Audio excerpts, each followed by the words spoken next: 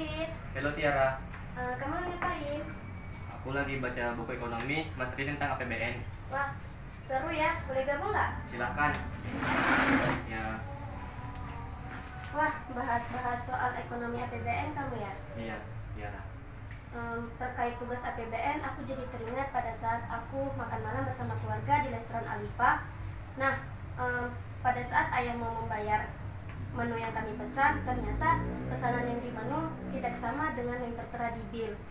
Nah, setelah itu aku tanya pada ayahku, kenapa makanan itu lebih mahal daripada yang dipesan di menu. Ternyata yang di bill sudah termasuk PPN sebesar 10%. Nah, aku terkejut, Fit. PPN itu kan pajak pertambahan nilai nih. Iya. Itu kan terkait dengan pembelajaran kita itu tentang APBN.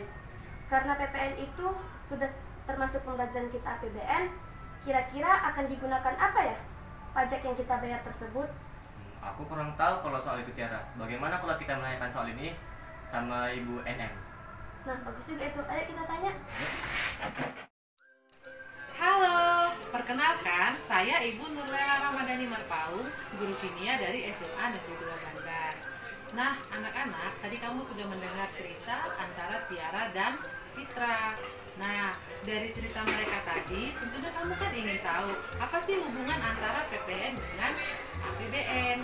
Yuk kita cari tahu apa sih itu APBN. Mari kita belajar bersama-sama. Yuk belajar APBN bersama Ibu NM.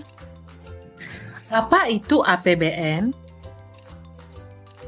Anggaran Pendapatan dan Belanja Negara atau APBN adalah rencana keuangan tahunan pemerintahan negara yang disetujui oleh Dewan Perwakilan Rakyat yang meliputi anggaran pendapatan, anggaran belanja, dan anggaran pembiayaan. Fungsi dari APBN itu sendiri meliputi yang pertama, fungsi alokasi, yang kedua, fungsi distribusi, yang ketiga, fungsi stabilisasi.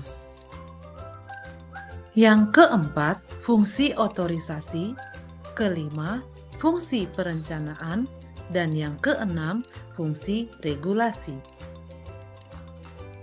Sumber-sumber pendapatan dalam APBN meliputi yang pertama, pendapatan dalam negeri terdiri dari penerimaan pajak, penerimaan negara bukan pajak atau PNBP, yang kedua, hibah, merupakan sumbangan swasta dalam atau luar negeri berupa uang, barang, jasa, ataupun surat berharga.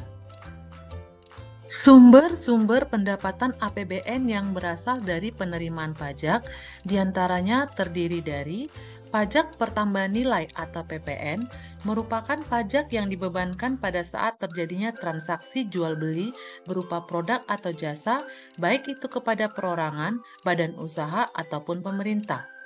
Yang kedua, pajak yang berasal dari pajak bumi dan bangunan yang dibebankan kepada masyarakat yang memiliki tanah dan bangunan. Yang ketiga, pajak penghasilan atau PPH, merupakan pajak yang dikenakan kepada masyarakat yang penghasilannya telah memenuhi kriteria untuk dikenakan pajak. Yang keempat, pajak yang berasal dari bea perolehan hak atas tanah dan bangunan yang diperoleh pada saat terjadinya transaksi jual beli tanah. Yang kelima, pajak yang berasal dari bea cukai. Bea cukai merupakan biaya yang ditekankan kepada barang-barang yang peredarannya dibatasi ataupun diawasi oleh negara, misalnya seperti rokok. Yang keenam, pajak yang berasal dari perdagangan internasional ekspor ataupun impor suatu barang. Sedangkan sumber pendapatan APBN yang berasal dari penerimaan negara bukan pajak berasal dari sumber daya alam migas, sumber daya alam non-migas seperti pertambangan batu bara dan emas, laba yang berasal dari badan layanan umum seperti rumah sakit umum daerah ataupun universitas, dan laba yang berasal dari badan-badan usaha milik negara seperti PT Pertamina, PT Kereta Api, dan lain sebagainya. Nah, sumber-sumber pendapatan APBN tersebut dikelola dan digunakan untuk mengatur pendapatan dan pengeluaran negara agar terjadi peningkatan produksi dan kesempatan kerja, serta terjadi peningkatan pertumbuhan ekonomi yang pesat sehingga dapat terwujud kesejahteraan dan kemakmuran rakyat. Hal tersebut sesuai dengan tujuan APBN yang telah ditetapkan oleh pemerintah.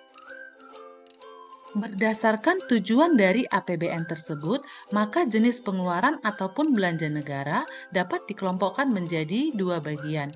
Yang pertama, belanja pemerintah pusat yang terdiri dari pengeluaran rutin berupa gaji ASN, belanja barang, subsidi, ataupun cicilan hutang.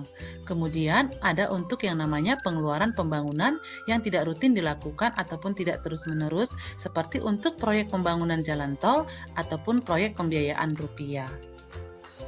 Alokasi dana pengeluaran ataupun belanja APBN untuk pemerintah daerah biasanya diperuntukkan sebagai dana perimbangan yang merupakan alokasi dana pengeluaran pemerintah pusat yang disesuaikan dengan kebutuhan seperti dana bagi hasil, dana alokasi umum, dana alokasi khusus. Dan yang kedua, sebagai dana otonomi khusus dan penyeimbang biasanya digunakan sebagai alokasi dana untuk pembiayaan pelaksanaan otonomi khusus suatu daerah seperti untuk pembangunan Provinsi Papua.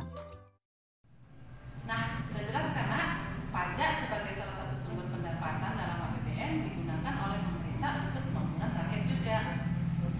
Terima kasih Ibu atas penjelasannya. Atas penjelasan Ibu, kami jadi paham apa itu APBN. Sama-sama, semoga bermanfaat. Terima kasih banyak, Ibu.